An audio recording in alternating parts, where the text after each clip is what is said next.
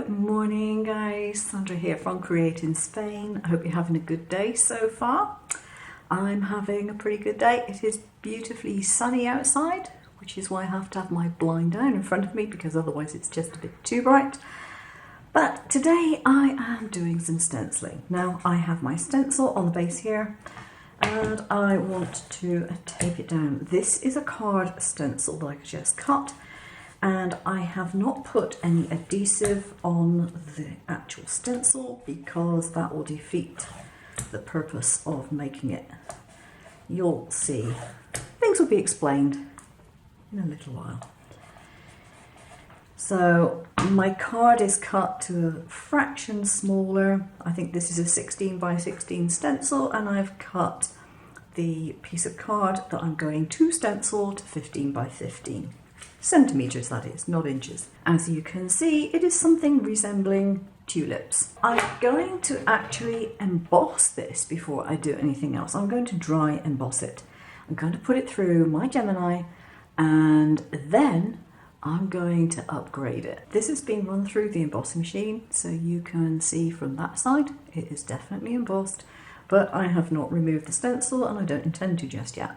I have a Tim Holtz ink blender and I have some tack it over and over on a piece of laminated card here. Now the reason I put it on the card is so that I can smush it with the blender.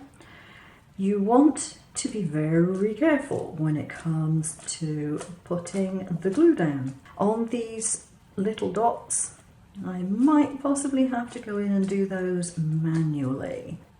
Not sure.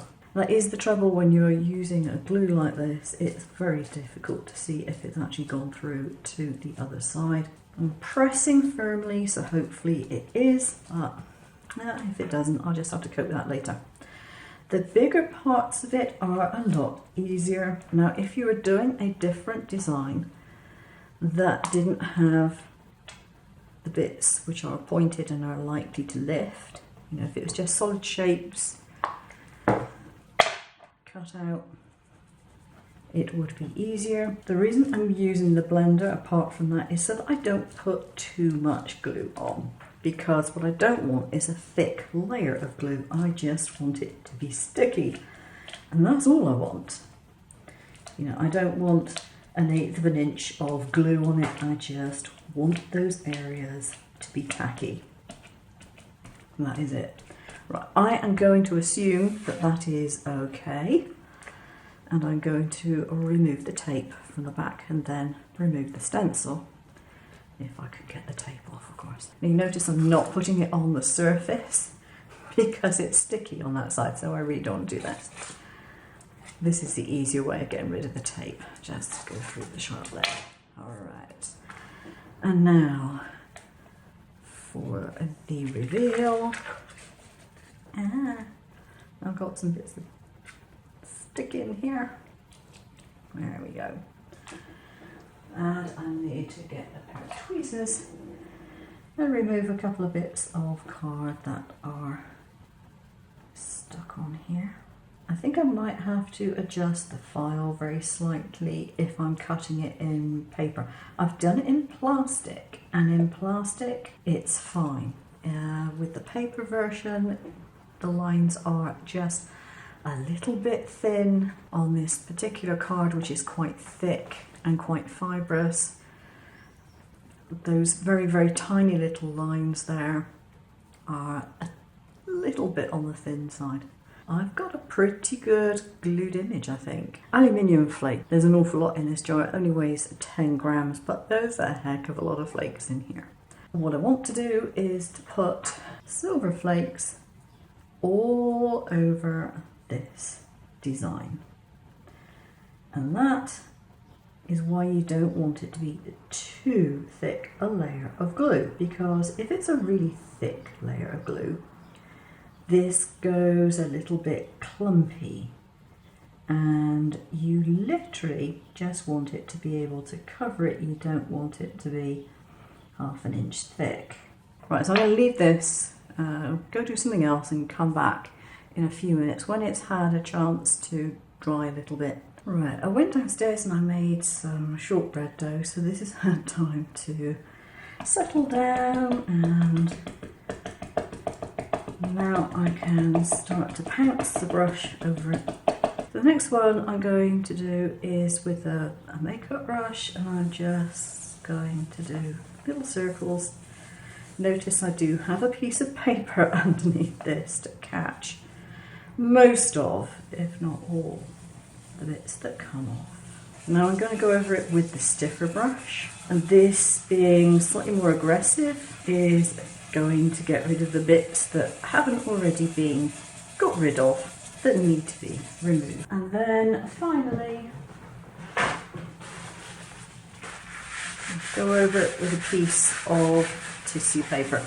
Don't recommend doing it with a cotton pad because that tends to maybe possibly leave some fibres that you do not want. And there is the design. You can actually see it better in this shaded area than you can in the bright sunlight. If by any chance you have some bits of glue where you don't want it, sometimes, not all the time, but sometimes you can get rid of it by using one of these things.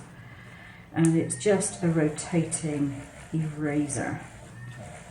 So for example, I got a bit which was glued outside of the leaf, and I have managed to get rid of that, and now it is as it should be. This is the finished card mounted on a pale mint green. I have done a thinking of you sentiment with a narrow strip of the same card, and it's put over the top of a silver piece of ribbon. No bows, no extra pieces. This is a very, very simple card, but it's very effective, so I like that one. Now this was an experiment. What I did with this one was I did the foiling first, and then I put the stencil back on and tried to emboss with it. And the stencil moved, which meant that the embossing doesn't match up with the foil. Having said that, it creates quite a nice ghosting look, another dimension again, so I still rather like it. And you can see it very, very clearly where the foil circles are completely out of sync with the embossed bits. And I like the colour combination, the silver with the grey card, but the yellow on there is just nice. Now I got a different sentiment just stamped in the corner. It was this one, which shows off the different colours quite nicely against a black background. Now this is what I meant by using a different glue. The glue in this particular case just smudged.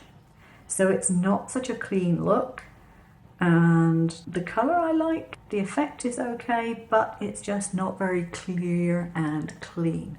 So that one isn't exactly my favourite.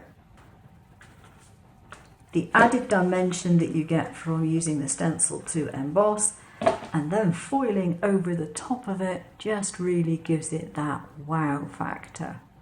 So there we go. I hope you'll try it. I will give you a link to the stencil down below so you can try it out yourself. Thanks for watching. I'll see you again soon. Take care now.